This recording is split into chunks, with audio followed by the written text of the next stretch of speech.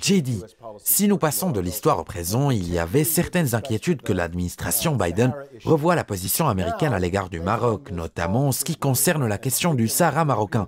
Maintenant, après cet entretien entre Anthony Blinken et Nasser Bourita, ces inquiétudes ont totalement disparu. Pensez-vous que cette relation historique particulière avec le Royaume du Maroc a joué un rôle dans la décision de l'administration Biden? Et si oui, comment?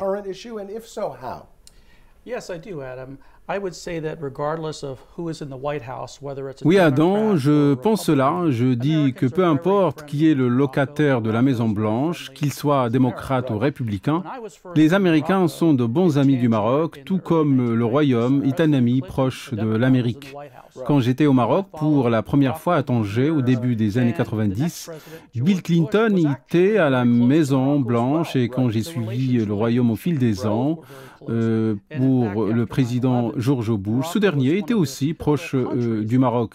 Les relations n'ont pas vraiment changé et après les attentats du 11 septembre, le Royaume a été l'un des principaux pays qui ont aidé les États-Unis dans la guerre contre le terrorisme.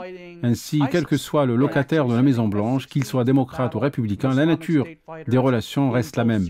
D'autant plus, l'ancien président Donald Trump a fait un énorme bond en avant dans ses relations extérieures avec sa reconnaissance de la pleine et entière souveraineté du Maroc sur son Sahara.